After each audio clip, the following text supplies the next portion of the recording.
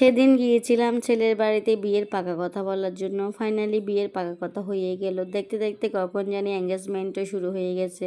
আমরা রেডি হয়ে ক্লাবে চলে আসছি। আসার পরে কিছুক্ষণ পরে দেখতেছি নতুন জামাই আমার বঞ্জি জামাইয়ে চলে আসছে।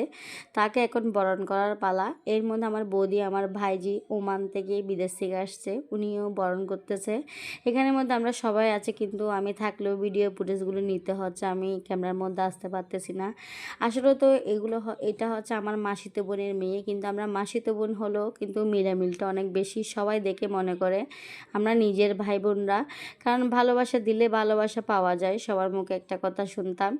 এর মধ্যে আনার পরে দেখতেছি সবাই যার যার মতো করে ফটোশ্যুট করতেছে, ভিডিও করতেছে, আনন্দ করতেছে। এখন হচ্ছে ফাইনালি নতুন জামাইকে বসার পালা স্টেজে।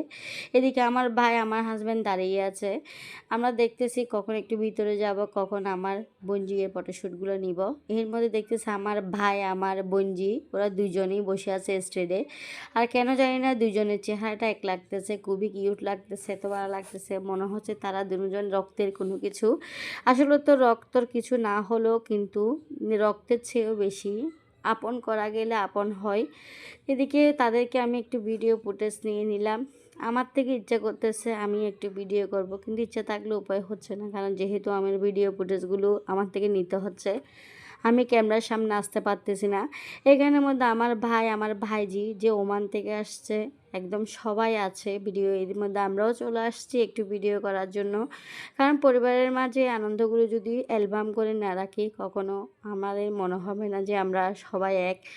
এর মধ্যে নতুন জামাই আর হচ্ছে আমার বোনজি, তাদেরকেও একটু করে নিলাম। পরবর্তী ভিডিওতে দেখা হবে, ততক্ষণ পর্যন্ত আপনারা সবাই সুস্থ থাকবেন, ভালো থাকবেন। সবাইকে নমস্কার, বাই বাই।